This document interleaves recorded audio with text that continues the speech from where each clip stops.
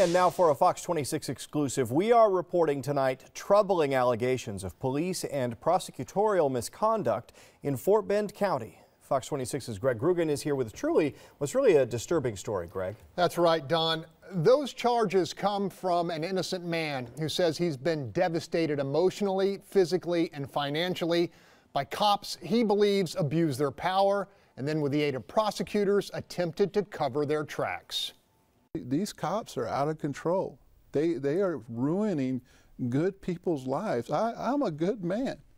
I've done everything I can to show that as a father, as a citizen, as a worker.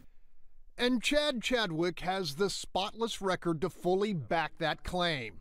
But on the night of September 27, 2011, it did him no good at all. It started when a friend concerned for Chadwick's emotional well-being called Missouri City Police to Chad's Sienna apartment, where he'd been distraught, drinking, and unknown to anyone, had gone to sleep in the bathtub. A SWAT team was summoned. They told a judge I had hostages. They lied to a judge and told him I had hostages in my apartment, therefore they need to enter.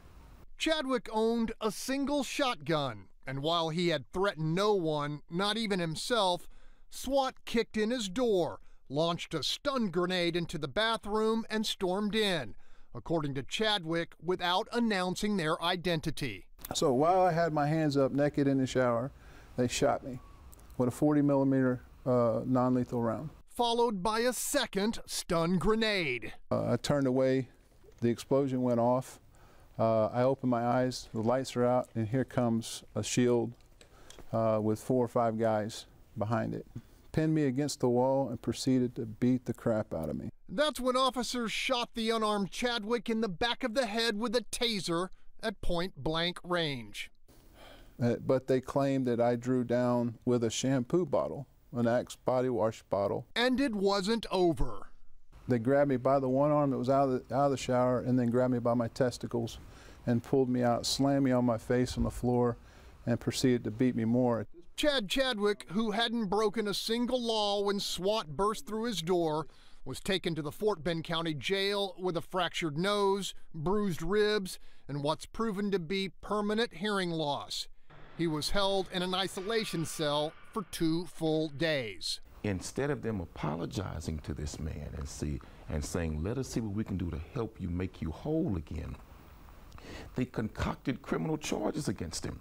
One after another. After another. Fort Bend County District Attorney John Healy sought to indict Chadwick on 2 felony counts of assaulting a police officer, but a grand jury said no law was broken. It could have stopped there, but Healy's prosecutors tried misdemeanor charges of resisting arrest, calling more than a dozen officers to testify. But again, the charges were dropped. A month ago, 3 years after the SWAT raid, a jury found Chad Chadwick not guilty of interfering with police. They tried to make me a convict, and I did. It broke me. It financially bankrupted me. I used my life savings, not to mention I lost my kids. This type of police abuse and excessive use of force and concoction of criminal charges against innocent people is not just happening to black people, it's happening to white people too. For Chadwick, some of the damage will never be repaired. And all I could think about was, what are my daughters going to think? My goal in life is to be a father that my kids are proud of. That's it. The SWAT team that took Chadwick into custody and testified against him was comprised of officers from Missouri City, Stafford, Sugar Land, and the Fort Bend County Sheriff's Department.